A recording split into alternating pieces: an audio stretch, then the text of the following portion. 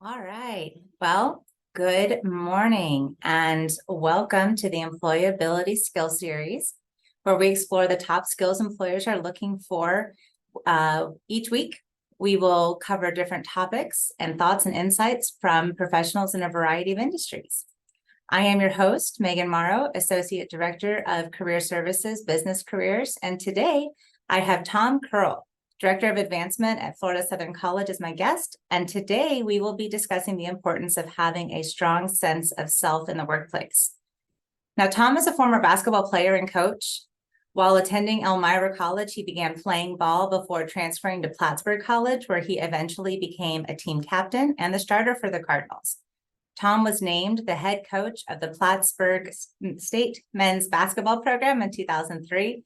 And Tom coached there for 15 seasons and enjoyed unprecedented success.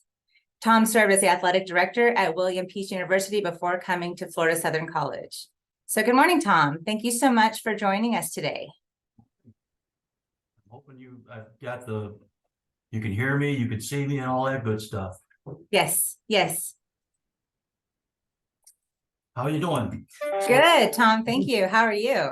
Good. So we're going to talk a little bit about knowing yourself and having a sense of who you are and how that's going to enhance your career. So I just wanted to go through a couple things that I thought were important for me in becoming. It just doesn't happen. You have to work at it. And you have to learn quite a bit about yourself before you can really say you have a strong sense of self. And it doesn't come easy, and it doesn't come just naturally. The first thing I thought about was I think it's really important that you know your history, and I think that as you do that, you can start to really see what it is that's important to you. And just to give you a quick story, my mother was born in Wonsan, Korea. It's at a time when there was no North and South Korea, but Wonsan would be in the North. In 1933 and 1945, her father, my grandfather, could see the political winds blowing in terms of North and South and communist and capitalist. And he dressed my mother as a boy, shaved her head, and brought her to Seoul.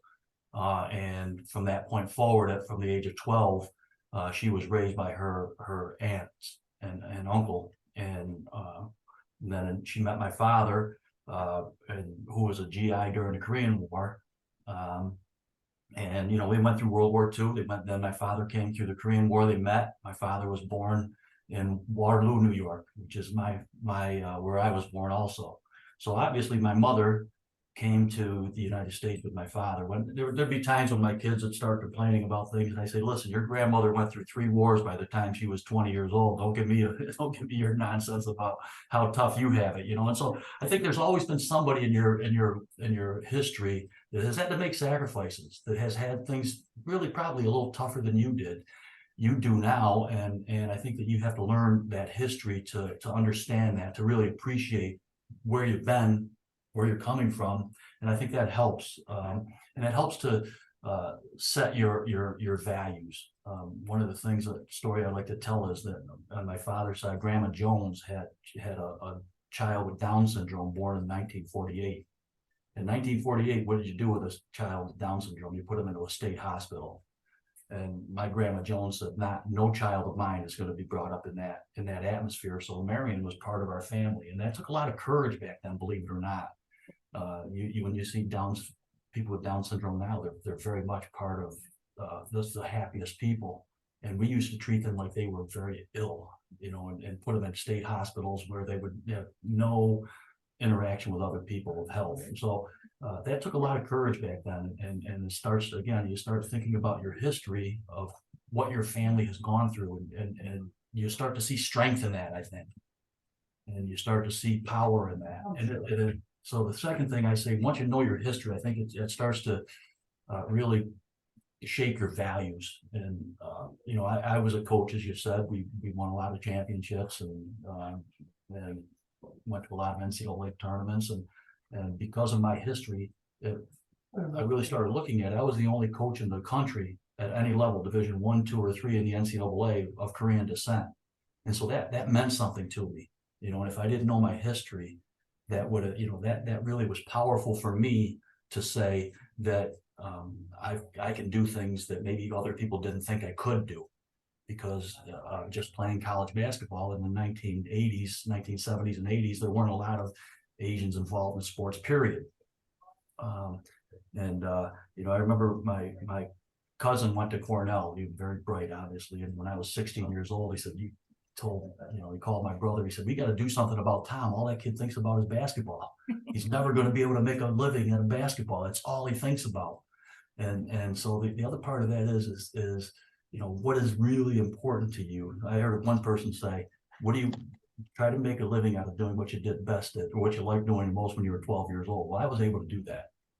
That's And, awesome. and a lot of that was because I felt the strength of this is what I want to do. And I didn't look at, I never saw, well, you're of Asian descent. Why would you go into athletics? There's just no place for you, but I followed what was important to me, was my passion of basketball.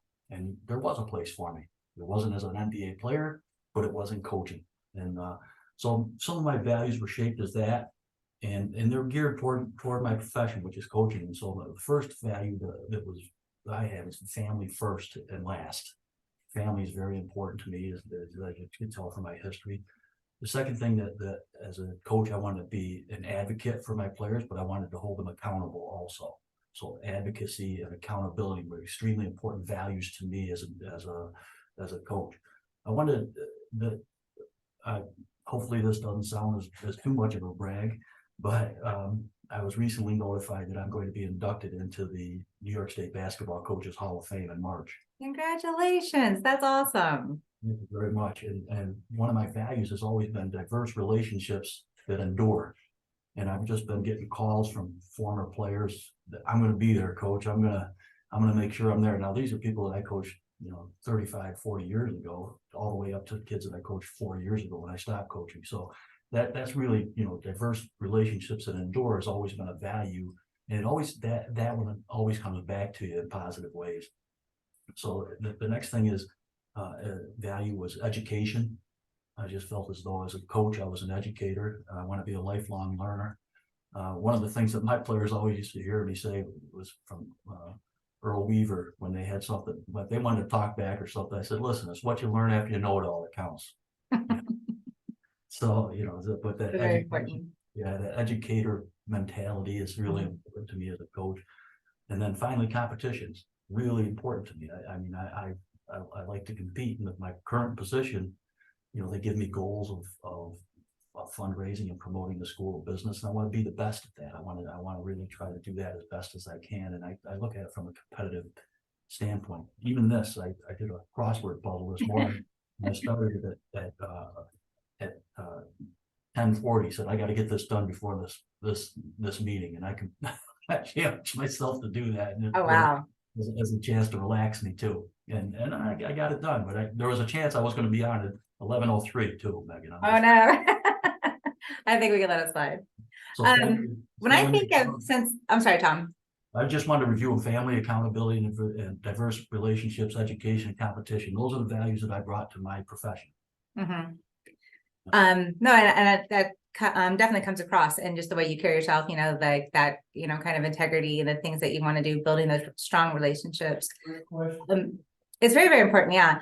Because when I think of, sense of self too, I think it's being genuine and being authentic, being the best version of yourself. Can you talk about that a little bit?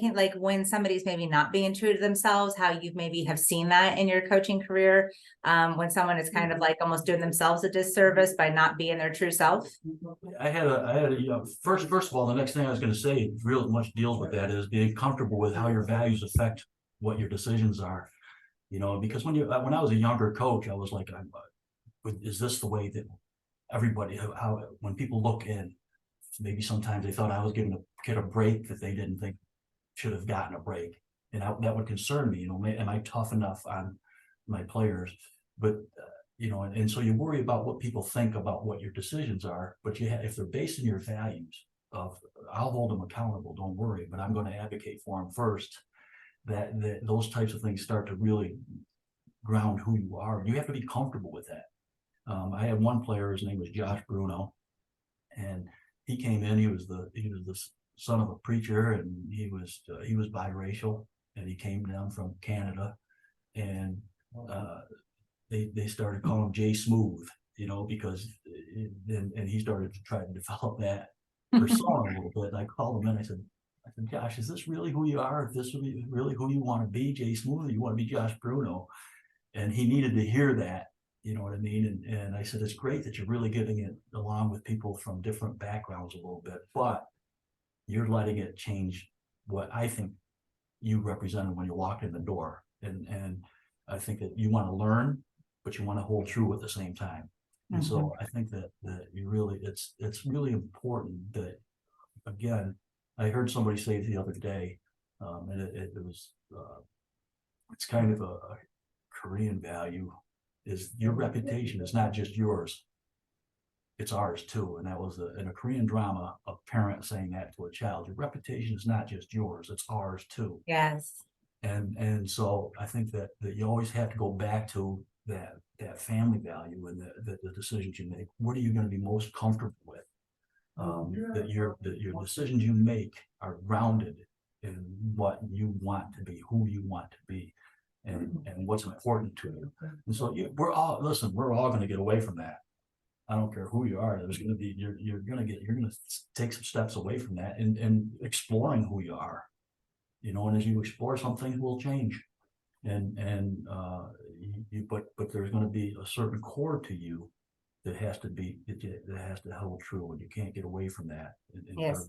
who you are. So, but to think that you're not going to stray from it, to think that you're never going to make a mistake, I think that's a really important. The next important thing is reflection. Mhm. You have to Growth is in the reflection. Absolutely. you have to reflect on especially when you're starting out, you're going to make mistakes. And I think that when you do, you have to forgive yourself.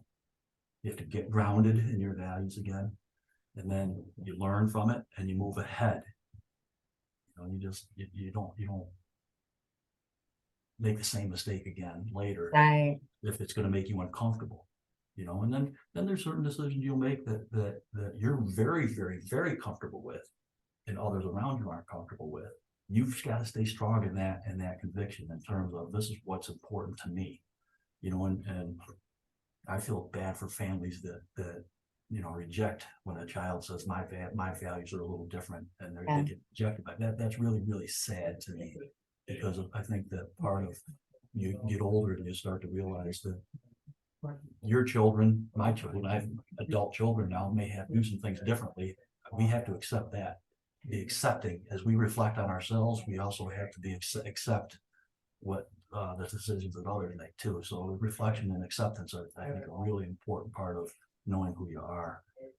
So that's I like that. Yeah, no, I like that. I think when you're not your most authentic self, I mean, not only is that not doing yourself a good service, you're not being your true self, and that's got to be difficult, living a lie or hiding different things about yourself. But when you can be your true self, then I think that it overflows into not just your personal happiness, but your family, your work, everything like that. So employers are really going to want to be looking for people who are going to be authentic and going to be their true selves, because then you're not having an employer coming to work who's miserable, and then they're not productive. So kind of from an employee workplace standpoint, when we try to force people to do things that they don't want to do, and they're just like, they just agree because they don't want to get in trouble, or they don't want to upset the boss, but then now they're not doing a good job. So like you said earlier, your values are not just your own. You represent either your family or your employer. Like when we walk around with our Florida Southern logo shirts, we're representing the college.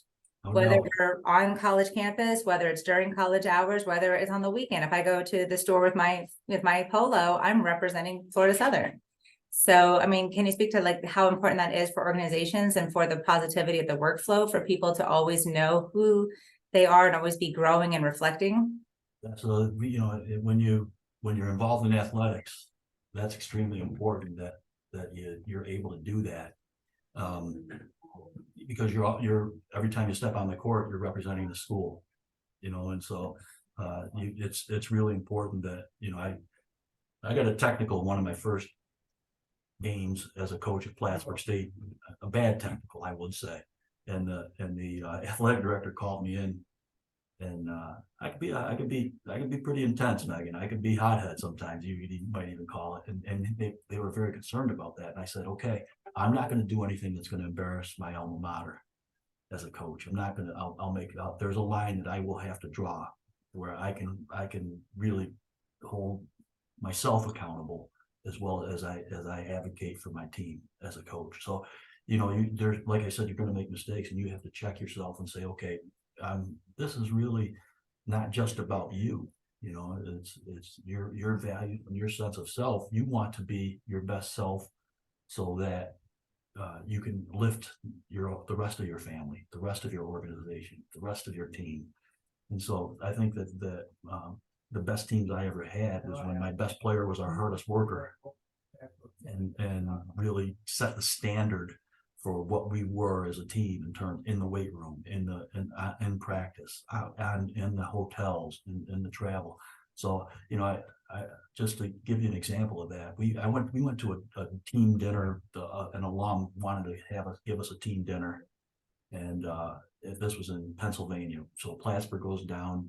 This gentleman that was an alum and very influential gave us a team dinner, and he had a Down syndrome son too. And so he's sitting there, it's Peter, his son, my assistant coach, me, and his wife, and the team had a bit long table. Well, Xavier Thomas came over and grabbed Greg, the son, and said, "What are you doing sitting with the old folks? You come and sit with us."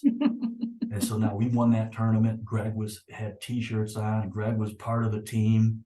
That's now one of my best friends. The father, Peter, is now one of my best friends. He got back to the school and donated $250,000 to the school in the name of his parents, because he finally saw this representation of what the team was representative of his alma mater, and he has since given and given and given, and in many ways, and it was because Xavier Thomas brought his son over and said, "You're part of us. You're part of our team." And so that representation of the values that we're trying to instill really was a benefit to the college, because one student said, "I'm going to go out of my way to make a difference for this young man." That's huge. Yeah. That's very moving. Kind of gave me chills a little bit. Yeah. I think that's just so true, and how it just it not just in our professional lives, but in our, personal lives, to be who we really truly are. And I tell my students all the time to be authentic in their writing when they're writing a resume or cover letter, so that they match the same person when they're in an interview. When they're interviewing for a position, be authentic, be genuine, because you don't want to put on a facade and then find out that you're in a place that you don't enjoy being, and that you're not going to have a good workplace culture mesh, And also when it comes to diversity, be authentic and, not just tolerating, people of different backgrounds, but accepting. There's a huge difference between that. It's not our job just to tolerate people who are different, but to accept them, know who we are, and be open and be strong enough in knowing our own sense of self that we can accept other people, and it shouldn't threaten who we are. Right. I see a lot of that. Exactly. Yeah. And there's one of the great things to me, except doing that, exactly what you said, is that you learn more about yourself and about others, and it makes you a better person. And it's just when you have that, it just enhances everything about you in terms of your family. We just had, I wasn't there. I haven't gone back to Plattsburgh since I left, but one of my former players went over. My daughter still lives there. He's over there holding my grandchild. You know what I mean? And just a huge mitt of hands, and they're part of my family. You know what I mean? My team members are part of my family. And that's enhanced my family, and they're coming from all over, from all different backgrounds. So it's really important. Yeah. I love that. That's awesome. The last kind of thing I want to touch on before we start to kind of close this up is, I like how you said about making mistakes. I know, with my own children at home, I tell them, when they make a mistake, it's you're learning, it's okay. It's good to be sorry, but you can't make the same mistake, because now you're not sorry. Now you're not even trying to learn. You know, especially my youngest, he's 10, he's very, very sensitive. So I have to be kind of careful because, you know, I kind of want him to like toughen up a little bit just so that the whole world doesn't always like crumble whenever anything goes wrong. But he's just sensitive. And but to tell him like it's okay, like but you have to learn. And when you say you're sorry, it doesn't mean anything if you have to keep saying sorry. So don't make the same mistake. And I think that is something that we have to really drill into our youth. Like mistakes are actually a good thing, you know, because if you're not making any kind of mistakes and you're not trying anything new, you're not expanding, and then you become very like narrow-minded. And from like an employer kind of perspective, they want to see people who are well-rounded, and you can't be well-rounded without stepping outside your comfort zone and trying things you don't know how to do. Yeah. So I'm really big on like make your mistake, but reflect on that. Well, you know, how are you going to do better?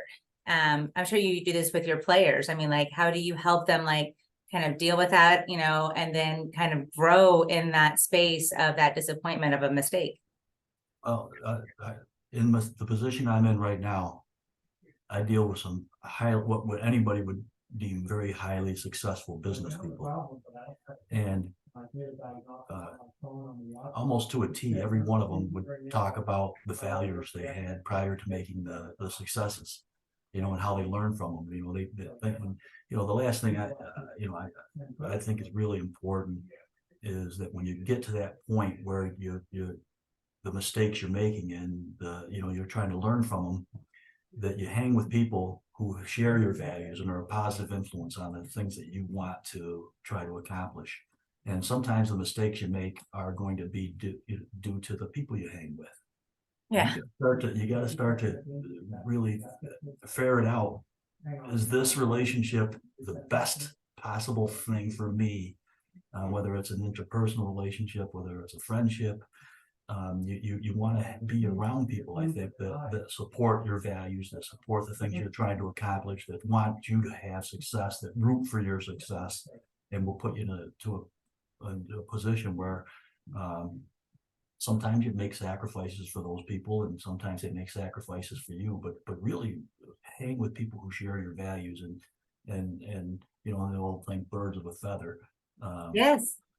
I think it's true. You know, I really think it's something that is important, that you do hang with people that have similar values while you diversify and learn from others. You know, I think both things are important, but you can't be around people that are trying to take away from who you are, and trying to demean who you are, or trying to say that what you're trying to accomplish isn't as important as what I'm trying to accomplish. I think, you know, surrounding yourself with positive people, and people that understand your values. They don't have to even share them all the time, but they have to at least understand what they are, so that if they want to go in one direction and you want to go in a different direction, you have the strong sense of self to say this direction is best for me. That they're not going to say, oh, you're this, or you're that, or you're betraying this, or you know, they're going to allow you to go that direction. And you have to be comfortable saying, okay, this is what's best for me. And so your relationships, I think, are really important to your sense of self, really important to your sense of self, that you have healthy relationships, and that when there are differing directions that they're going to go, that both are going in a healthy direction and supportive of each other, not trying to no, you go the same way I go. What's best for me is best for you. No, not necessarily. Yes. Yes, I couldn't agree more. I say all the time, like, you know, if you're the most successful person in your group, then maybe you need to start looking at either adding people to your group, or you need to find a different group. But even if it's not like, it depends on how you define success too. But I like that. Like, you cannot be around people who are trying to tear you down and steer you away from your goals just because it makes them uncomfortable, or they don't, you know, have the same goals. That wouldn't be a positive, you know, group to be with. They could, like, again, you hit it kind of really like right on the head. Like, they don't have to share them, but they have to respect them and understand them, and, you know, push you towards them versus telling you like, no, hey, that's stupid. Don't do that. Don't go that route. Right. I like that a lot. So one last closing remark, Tom. I'd like for students who are, you know, listening, or who are on the call, who are asking themselves like, okay, you know, this is really important. I can see the importance of this. I see the value in this. what kind of last piece of wisdom or advice could you give students who are looking to start either developing this or strengthening this skill? I think really self-reflection is really important. And knowing that like I said, I started out with it doesn't come right away. I'm not the same person now that I was when I was 20 by any stretch of the imagination. I'm a lot different, so when you're first starting out, I think it's really important to really follow the things that are important to you. You know what you really love doing. And I used to tell players all the time about passion. I said, how many of you have a passion for basketball? And they would all raise their hand. And I would say, the thing about passion is that it's the thing we love and pursue the most, but it's the thing that frustrates us and leaves us disappointed the most often too. And so sometimes you just have to really get past that and embrace the things that you love about something, because it's not always going to be a bed of roses. It's going to be tough, you know what I mean? And I can't tell you how many times my players heard me say that hard work pays off every time. And I think that of anything else, that if you work hard toward your passion, toward the things that you really want, the goals that you really have for yourself, if you really work hard toward those goals, they're going to happen for you. Sometimes it'll happen in a minute, sometimes it'll happen in an hour, sometimes it'll happen in a year, sometimes it'll happen in 10 years. Yes. But you just don't give up on it. That's just something I really think is important. I think so too. Well, Tom, thank you so much for coming on the call with us today and sharing your thoughts and your time and your insights. I know that I learned a lot from just your experience and everything that you've done, and I know the students have too. So again, thank you so much. And students, if you're on the call, for your attendance, you can scan the QR code or you can click the link in the chat pod. All right, join us next week, guys. Thank you, Tom. Have a good one. All right, if a student wants to contact me and talk further about it, I'd be happy to do that with them. Perfect. Thank you for that. Yeah. Okay. All right. Thanks, Tom. Bye, everyone. Yeah. Bye.